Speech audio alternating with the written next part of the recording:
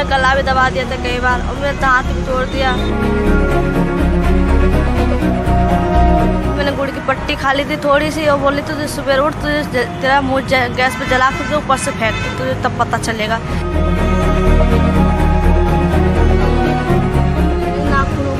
नाखून से मारा, गला दबा रही थी? गला दबा रही थी मेरा। चप्पल से मारा कानों पे। कान पे चप्पल से मारा? जी। अगरबत्ती हुई गरम तवा जला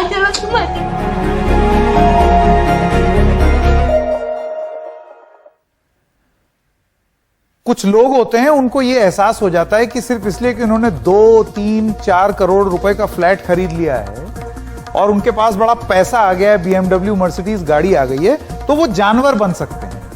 और 10, 12, 13 हजार में जो मेड वो रखते हैं अपने घर में, इन 2, 3, 4 करोड़ वाले घरों में, उसमें वो किसी भी तरीके से उनको ट्रीट कर सकते हैं जानवर की तरह। नाखून गड़ा देंगे, थप्पड़ मार देंगे, बैट से मार देंगे, लिफ्ट से घसीट देंगे, जलील कर देंगे, कुछ भी बोल देंगे। ये कहां से हिम्मत आ रही है? ये काहे की हेकड़ी है भाई? नोएडा सेक्टर 120 की क्लियो काउंटी सोसाइटी, जहां घर करोड़ों में है, वहां पर काम करने वाली मेड के साथ मारपीट किए जाने का वीडियो अब सामने आ गया है। वो वीडियो आपको दिखाएंगे स्क्रीन पर। लिफ्ट में लगे कैमरे में शेफाली कौल नाम की एक महिला अपनी घरेलू सहायिका के साथ मारपीट करती हुई दिखाई दे रही है। आरोप है ये भी है कि इस लड़की को आरोपी महिला ने जबरन अपने घर में रखा हुआ था। घटना के बाद से यह महिला फरार हो गई। पुलिस ने आरोपी महिला के खिलाफ मामला दर्ज कर लिया है, छानबीन शुरू कर दी गई है। जिसके साथ मारपीट हुई उसके साथ बात की हमारे सहयोगी सौरभ शुक्ला। अनीता बताइए, कब से काम कर रही थी आप उसके यहाँ पे? अप्रैल से कल 14 अप्रैल से काम कर रही थी, 24 घंटे का। 24 घंटे का वहीं रहती थी? जी वहीं पर रहती थी। ठीक है, तो 24 घंटे से वहीं रह रही थी आप? जी। मुझे वहाँ पर रहे 10-15 दिन हुए, तो उस दिन से मुझे मारना शुरू कर दिया था उन्होंने। हर रोज मुझे मारती थी, रात को 12-12 बजे तक बर्फ के पानी से नहलाती थी और छोटी-छोटी बात पे हर रात मुझे मारती थी। चाकू से मारने की कोशिश की उन्होंने कई बार। मेरा गला भी दबा दिया था कई बार और मेरा दांत भी तोड़ दिया। दांत भी तोड़ दिया? जी, दांत। गर्दन पे भी देखिए, थोड़ा गर्दन ऊपर करिए, देखिए गर्दन पे निशान है चोट के। तो ये चाकू मारा आपके? चाकू नहीं, नाखूनों के निशान। नाखून से मारा? गला दबा रही थी? गला दबा रही थी मेरा। अच्छा, ये कान पे क्या किया आपके? चप्पल से मारा कानों पे। कान पे चप्पल से मारा? जी। तो 26 दिसंबर को आपने भागने की कोशिश की? जी, भागने की कोशिश। मैंने गुड़ की पट्टी खा ली थी थोड़ी सी और बोली तुझे सुबह उठ तुझे तेरा मुंह गैस पे जला के ऊपर से फेंक दी तुझे तब पता चलेगा दूसरी चीज़ खाने पे। तभी मैंने ऊपर से फेंक दी कि धमकी दी। मेरे को डर गई थी रात में, तो मैंने चुन्नी बांध के नीचे कूद गई थी। चुन्नी बांधी आपने? कितनी चुन्नी बांधी? वही गिनी नहीं तो चुन्नी 6-7 चुन्नी से नीचे। तो आप तीसरी मंजिल से नीचे? 4 मंजिल से नीचे कूदी। 4 मंजिल से आपने रस्सी बंधी और फिर वहां से नीचे कूदी। और आपको डर लगा क्योंकि आपने गुड़ की पट्टी खा ली थी, इसलिए पीटा इसने और बोला सुबह तुझे जला दूंगी और नीचे फेंकूंगी। आप डर गई थी? जी डर गई थी। सुबह बोली तो जला दूंगी, नीचे फेंक दूंगी तो पता चलेगा। तो मैं डर गई थी रात को ही। मेरे को तभी फेंकने की धमकी दी तो मैंने डर गई थी और मैंने नीचे कूदने की रस्सी बना के। अच्छा, तो नाराजगी किस बात पे थी आपसे? क्या समस्या क्या थी उसकी आपसे? वो तो मुझे बता, हर छोटी-छोटी बात पर टॉर्चर करती थी। खाना में बनाने लेट हो जाता तो उस बात पे, चाय दाने 2 मिनट लेट हो जाता उसी बात पे गाली गलौज। चाय में लेट हो गई तो गाली गलौज, मारपीट, कुछ टाइम पर कुछ चीज़ नहीं मिलती तो तब भी गाली गलौज देती थी। अब खाना जैसे झाड़ू मार कूड़ा रहेगा तो उसे लात घुसे मारती थी पीछे से। झाड़ू कूड़ा रह गया झाड़ू मारने में तो है? झाड़ू मारने, बर्तन में थोड़ी गंदगी रहते तो पतीला उठा के सर पे मारती थी। फिलहाल अनीता आपके सामने है और इनकी जो चोटें हैं वो इनके साथ की गई यातनाओं की तस्वीर सबको बयां कर रही हैं। सहयोगी मनोज ठाकुर के साथ सौरभ शुक्ला, NDTV इंडिया। सुन रहे हैं आप? गुड़ की पट्टी खाने पर नाखून मार देंगे, नोच देंगे। ये कैसे हो रहा है और क्यों हो पा रहा है? भला इन CCTV कैमरास का जिसमें ये सारी चीजें पता लग जाती है। लेकिन देखिए, ये एक बड़ी समस्या है और इस पर एक शोध अभी इसी महीने हुआ है, दिसंबर 2022 में, Indian institute of human settlements का। आइए आपको बताते हैं। यहां पर ये गोल मेज देखिए, घरेलू सहायकों पर एक रिपोर्ट आई है और ये रिपोर्ट, लेकिन इसमें साथ दिक्कत ये है कि ये सिर्फ साउथ के 2 शहरों पर है। नॉर्थ में तो स्थिति और भी खराब है। तो ये रिपोर्ट क्या बताती है देखिए। देश में 47.5 लाख घरेलू सहायक हैं। बेंगलुरु, चेन्नई में सर्वे किया गया 9,636 निम्न, मध्यम और उच्च आय वाले घर हैं। अब ये रिपोर्ट ये बताती है, दो शहरों की बात बता रही है, कितने घरों में कामगार हैं। बेंगलुरु में 54% और चेन्नई में 32%। जैसे कि आप देख सकते हैं, ये आपके सामने कितने घरों में कामगार, ये दोनों शहरों की बात है। अब आप सोचिए, हमारे पास नॉर्थ के बहुत सारी जगहों का डेटा ही नहीं है। अब उदारता से पैसा कौन देता है? बेंगलुरु में 55% घर, ये सर्वे बताता है। चेन्नई में 51% घर। साउथ का सर्वे है। क्या इतनी उदारता नॉर्थ में है? नहीं है। अपने आप से सवाल पूछिए। पैसा तय कैसे होता है? आपको ये बताते हैं, देखिए जरा, इसको आगे बढ़ें। तो पैसा तय होता है विश्वसनीयता पर होता है कि आप पर कितना भरोसा किया जाए। इसके बाद किन किन चीजों पर?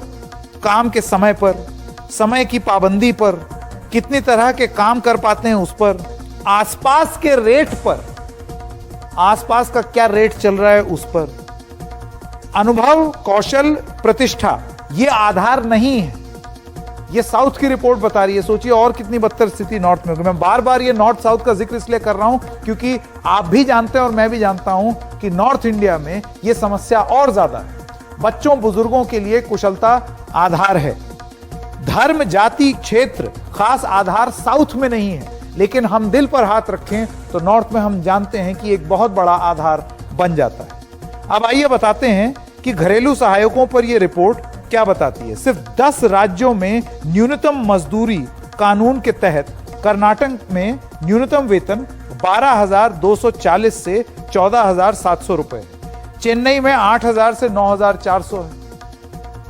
और न्यूनतम वेतन के लिए 7 से 14 घरों में काम करना पड़ता है। ये नॉर्थ इंडिया में अगर स्टडी हो जाए तो सोचिए क्या हमें फाइंडिंग्स पता चलेंगी। घरेलू सहायकों पर जो रिपोर्ट है, पैसे कैसे बढ़ाए जाते हैं?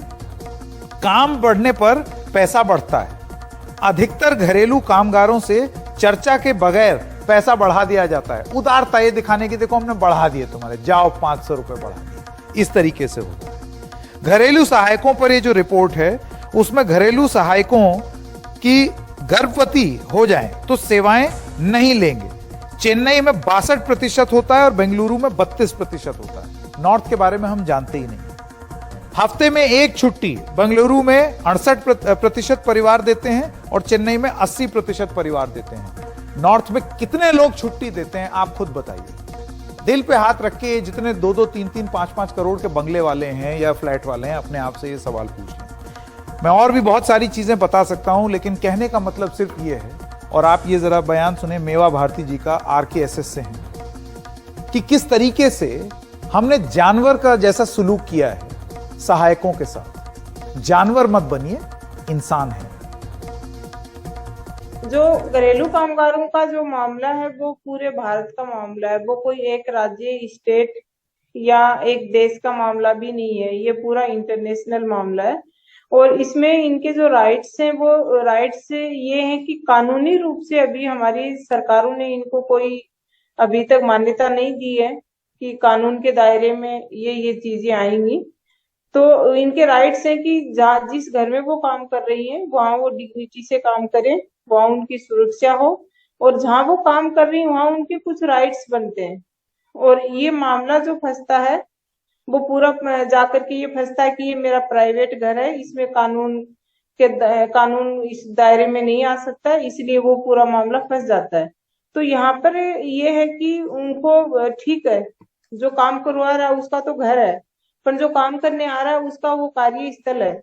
तो जहाँ कार्यस्थल की बात आती है तो वहाँ नियम कानून तो होते हैं, और वो नियम कानून में ये है कि डोमेस्टिक वर्कर को वहाँ पे एक साफ सुथरा वातावरण मिले, बिना हिंसा का उनको एक वातावरण मिले, उन जो काम कर रही है वो उनका पूरा पेमेंट उनको मिले, उनकी छुट्टी तय हो, उनके घंटे तय हो, और उनका वेतन तय हो कि उनको कितना वेतन मिलेगा, और एक अग्रीमेंट हो कि जिस घर में वो जा रही है वहां पे उनकी ये सुरक्षाएं होंगी, और इस तरीके से उनके साथ में हम लोग ये काम दे रहे हैं, उस काम की ये जिम्मेदारी होंगी, और इस तरीके से काम किया जाएगा। तो ये एक मोटा मोटा उनके लिए उनका राइट्स बनता है, और ये हमारी सरकारों को भी ध्यान देना चाहिए। और जो हमारी सोसाइटियां हैं, अभी बड़ी बड़ी काफी अपार्टमेंट हैं, ये बन गए हैं और उसमें ये ज्यादा इस तरह की चीजें चल रही हैं। वो अपनी मर्जी से सब चीजें बनाते हैं, खुद के कानून, और वो देखते नहीं है कि जो वर्कर आ रहा है उसका क्या राइट्स है। वो उनको एक इंसान की तरह भी नहीं समझते हैं। वो ये समझते हैं कि ठीक है, इसकी मजबूरी है, ये काम करने आ रही है, नियम कानून है नहीं तो मैं चाहे वैसे इसको काम में ले सकती हूँ।